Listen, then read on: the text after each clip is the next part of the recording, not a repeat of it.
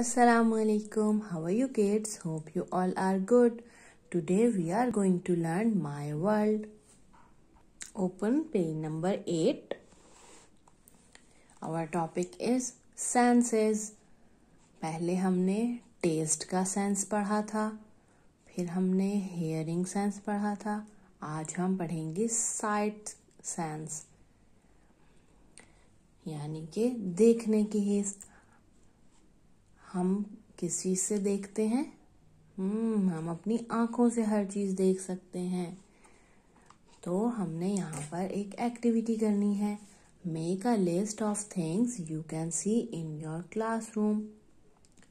जो जो चीजें आप अपने क्लासरूम में देखते हैं उसको हमने यहाँ पर लिखना है.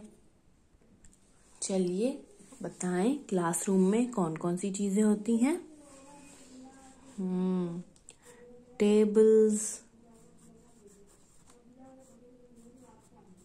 एंड चेयर्स भी होती हैं, एंड व्हाइट बोर्ड, और क्या क्या चीजें होती हैं? बुक्स भी होती हैं, एंड कॉपीज भी होती हैं. अब आपने दो और चीजें जो क्लासरूम में होती हैं वो यहाँ और यहाँ लिखनी है. आप खुद से सोचिएगा कि आपके क्लासरूम में और क्या क्या चीजें होती हैं. वो आप यहाँ पर और यहाँ पर दो और चीजें लिखिएगा.